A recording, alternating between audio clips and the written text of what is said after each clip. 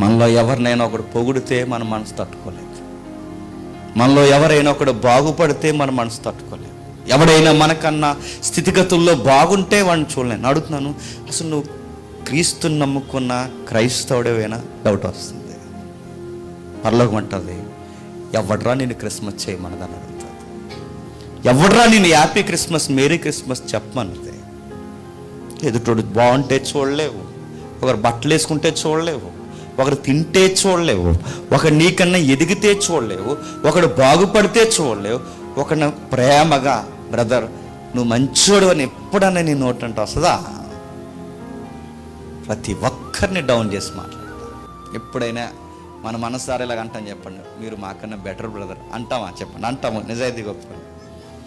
ఎవడైనా ఒక మెట్టి మనకి కింద ఉన్నాడు అన్నప్పుడు ఆ రాత్రి మనకు నిద్ర వస్తుంది. ఎవరైనా మనకన్నా కొంచెం తక్కువ ఉన్నారన్న ఫీలింగ్ మనకు ఉంటేనే ఆ రోజు మనకు క్రిస్మస్ లాగా అనిపిస్తుంది. లేదంటే నీకు అది క్రిస్మస్ కాదు, భోగిమంటలాగా ఉంటుంది ఆ రోజు అంతా.